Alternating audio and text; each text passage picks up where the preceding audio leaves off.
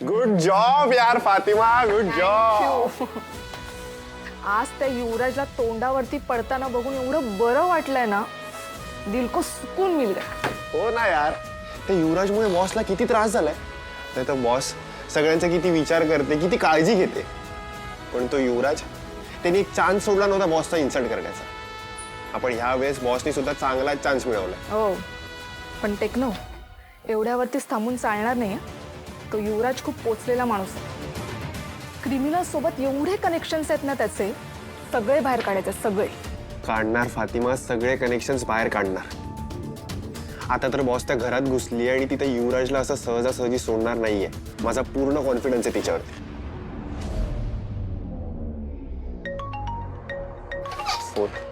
Boss. Hello boss, congratulation. क्या सबक सिखाया आपने युवराज को. Good job Fatima. तुला माहित नाही आज तो ते रिपोर्ट्स बदलल्यामुळे मला किती मदत झाली आहे ते. आज फायनली केदारला त्याची ओळख मिळाली आहे आणि त्या युवराजचा डाव आपण वेळीच पलटवू सुद्धा शकलोय. Good job. सगळ्यात महत्त्वाचं म्हणजे आता केदारला कधीच त्याच्या वडिलांचं नाव नाहीये म्हणून अपमानित व्हावं लागणार नाही. खरंच खूप छान काम केलंय तुम्ही आज. Thank you so much. थँक्यू काय बॉस. केडी सर माझ्या भावासारखे आणि त्यांच्यासाठी मी एवढं नाही करणार का. ते सगळं ठीक आहे, पण बॉस तुम्ही दोघं ओके आहात ना. कारण आम्ही प्रेस कॉन्फरन्स बघितली आणि त्यात पत्रकारांनी जे प्रश्न विचारलेत त्यांनी केडी सर नक्कीच डिस्टर्ब झाले असतील. आणि एखाद्याच्या लाईफमध्ये एवढं पर्सनली का घुसायचं. हो, पण ते अपेक्षित होतं. केदार पण थोडा अस्वस्थ झालाय, पण आज इतक्या वर्षानंतर त्याच्या आईला न्याय मिळाला म्हणून त्याला थोडं बरंही वाटलं असेल. गेली कित्येक वर्ष त्यांच्या हक्कासाठी त्यांनी खूप सहन केलंय, खूप वाट बघितली आहे त्यांनी, पण आता त्यांना न्याय मिळालाय. आणि ह्यात सगळ्यात महत्त्वाची गोष्ट ही आहे की आता दयानंद काका आणि केदारच्या नात्यावर कोणीच संशय नाही घेणार. फातिमा, तुला कल्पना नाहीये तू काय केलंस ते. Thank you so much team. And once again good job. Boss, अभी आप पराया मत करू. हा, तुमच्या दोघांसाठी आम्ही काहीही करू शकतो. आणि केडी सरांना त्यांची फॅमिली मिळणं हे खूप इम्पॉर्टंट होतं. आणि सगळ्यांच्या मनातला संशय दूर झाला हे आपल्या मिशनसाठी खूप महत्त्वाचं होतं. त्यामुळे तुम्ही प्लीज थँक्यू वगैरे बोलू नका. करेक्ट. Okay, bye. बाय.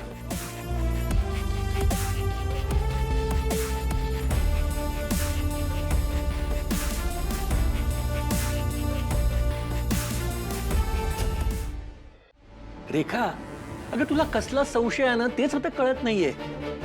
सत्य सगळ्या जगासमोर आलंय आता. कौशिकीताईने तो DNA रिपोर्ट सगळ्यांसमोर उघड केला ना तेव्हा सगळं स्पष्ट झालंय. हे बघ, आता कोणाच्याही मनात कुठलाही प्रश्न असण्याचं काहीच कारण नाहीये. तारिणीने मुद्दाम केलं हे सगळं. मला खात्री आहे तिनेच काहीतरी कागदपत्रांमध्ये छेडछाड केली आहे. झालं. जगात कुठेही काहीही झालं ना तरी ते तारणीच केलं असं म्हणायचं तू ठरवलेस का. हे बघ, तिचा यात काहीही संबंध नाहीये. तू उगाच तिच्यावर संशय घेतेस. तिने ज्या बाईच्या पोटी जन्म घेतलाय ना त्यातच सगळं आलंय. विश्वास ठेवायच्या लायकीची नाहीये तुमची तारिणी. मी लहानपणापासून बघत आली आहे. माझ्या निशीच्या सुखावर जळत आली आहे ही मुलगी आणि म्हणून हे सगळं केलंय तिने.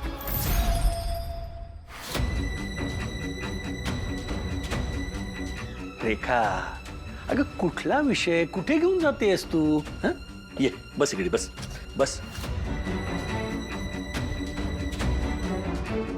रेखा, अगं यातली चांगली बाजू बघ ना.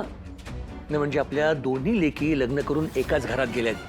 घर चांगलं आहे तेव्हा त्या दोघींचाही संसार चांगला होईल असा विचार कर ना. कसं आहे ना रेखा, तारणीबद्दल तुझ्या मनात खूप गैरसमज आहेत, पण तू समजतेस तितकी वाईट नाहीये ती. ती आपल्या निशीला नक्कीच सांभाळून घेईल बघ. तारिणी सांभाळणार निशीला. हा, ती निशीला सांभाळणार की तिच्या हक्काचं सुख हिसकावून घेणार? रेखा, ओरडू नका. तुमच्या मुलीचे उद्योग बघा. पळून जाऊन लग्न केलंय तिने. माझ्या निशीच्या सुखाचा कायम हेवा वाटत आलाय तिला. तिला आई नव्हती, माझ्या निशीला आई आहे म्हणून कायम आमच्या नात्यात यायचा प्रयत्न केला. आणि आता निशीचं लग्न श्रीमंत घरात झालंय म्हटल्यावर बरोबर त्याच घरात पळून जाऊन लग्न केलं. आपल्या जावई बापूंचा काय अपमान केलाय माहिती नाहीये तुम्हाला? त्या केदारसाठी पायघड्या घालायला लावल्या त्यांना. सगळ्यांसमोर अपमान केलाय जावई बापूंचा.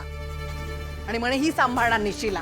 अगं रेखा, त्यांच्या कुटुंबातला प्रश्न आहे ग. त्याच कुटुंबात लेक नांदतीये माझी. आणि तुमची तारिणी तिच्या सुखात लुडबुड करतीये. पण मी हे होऊ देणार नाही. मी तारिणीला चांगली अद्दल घडवणार. रेखा, तू असं काहीही करणार नाहीयेस. अगं, हा त्यांच्या कुटुंबातला अंतर्गत प्रश्न आहे आणि आपण त्यांच्या घरातल्या गोष्टीत पडणं ना हे योग्य ठरणार नाहीये. तेव्हा तू काहीही करणार नाहीयेस. शांत राहा. अगं, निशीचं आता लग्न झालंय, तिचा संसार सुरू झालाय. तिला तिचे प्रश्न तिच्या पद्धतीने सोडू दे जरा. तुम्ही बाप आहात ना तिचे? का वैरी आहात? तुम्हाला काळजी नाहीये तुमच्या मुलीची? काळजी आहे ना, म्हणूनच म्हणतोय निशीला आता स्वतंत्रपणे माणसं सांभाळायला शिकलं पाहिजे. घ्या, तुम्ही तारिणीचीच बाजू घ्या. तुम्ही आणि तुमची आई सारखेच आहात. त्या तारिणीने काहीही केलं ना तरी तिचं कौतुक. आणि माझी निशी कायम चुकीची. पण मी हे होऊ देणार नाही. तिची आई खंबीरपणे पाठीशी आहे तिच्या.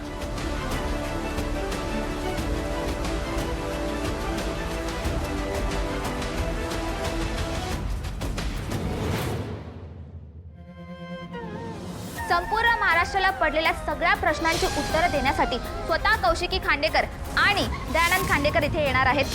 कोण आहे केदार खांडेकर? खरंच खांडेकरांचे वारस का कोणी तोतया? एक मिनिट प्लीज शांत व्हा. अजून कोणी येणार आहे का? केदार खांडेकरांच्या आई येणार आहेत का? केदार तुमचा मुलगा कसा? त्याची आई कोण आहे? तुमचे कुठल्या स्त्रीसोबत अनैतिक संबंध होते का? जर केदार खांडेकर हा पद्मिनी खांडेकरच्या पोटी जन्माला नाही आला, मग त्याची आई कोण आहे? जर आधीच तुमचं एक लग्न झालं होतं तर तुम्ही पद्मिनी खांडेकरांसोबत लग्न का केलं? देवकी दयानंद खांडेकर कुठे आहेत? ती इथे आल्या का नाही? जर दयानंद खांडेकरांचं लग्न झालेलं असतानाही त्यांनी दुसरं लग्न केलंय तर ते वैध ठरत नाही. याचा अर्थ दयानंद खांडेकरांचा खरा वारस युवराज नसून केदार खांडेकर आहे.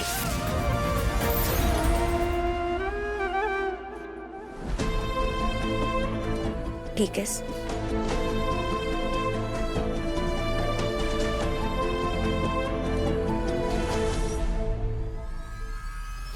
आजचे ते रिपोर्टर्स, त्यांचे ते प्रश्न, तो आवाज, पहिला सतत माझ्या कानामध्ये घुमतोय तो आवाज.